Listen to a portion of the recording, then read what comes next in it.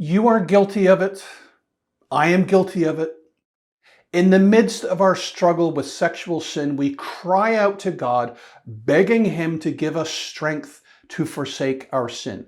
We beseech God to give us power to overcome sexual temptation. We pray repeatedly, week in and week out, for God to deliver us from sexual urges. The problem is, God already has. We keep asking God to give us something that He has already given us. This is the conclusion that you and I must draw from what Peter tells us. You find this teaching in Peter's second letter. His divine power has given to us all things that pertain to life and godliness, through the knowledge of Him who called us by glory and virtue. So here's the thing. If God has given to us all things that pertain to life and godliness, why do we need to ask God for anything else that pertains to life and godliness? We don't. If God has already given us all the divine power, all the resources, and every other thing we need to live a life that's free of porn and free of masturbation, why do we keep asking Him to deliver us? I don't know. Perhaps we lack faith. Perhaps we don't understand this text.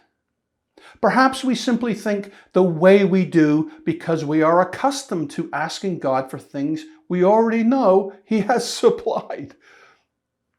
On Sundays, for example, you will often hear a pastor pray, "God be with us today," even though the pastor knows and everyone in the congregation knows that God is already with us today. God is always with us.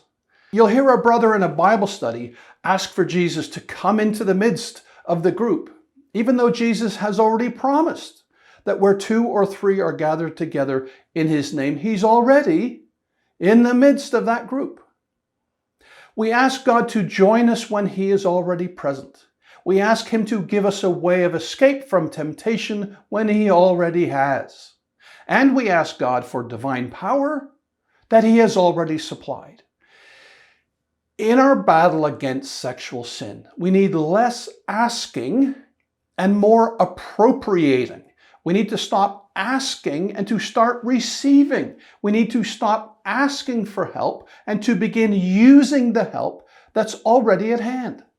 If you are a Christian, God promises that the divine power you need to resist porn and masturbation is already in your possession. It's yours for the taking. You just have to take it.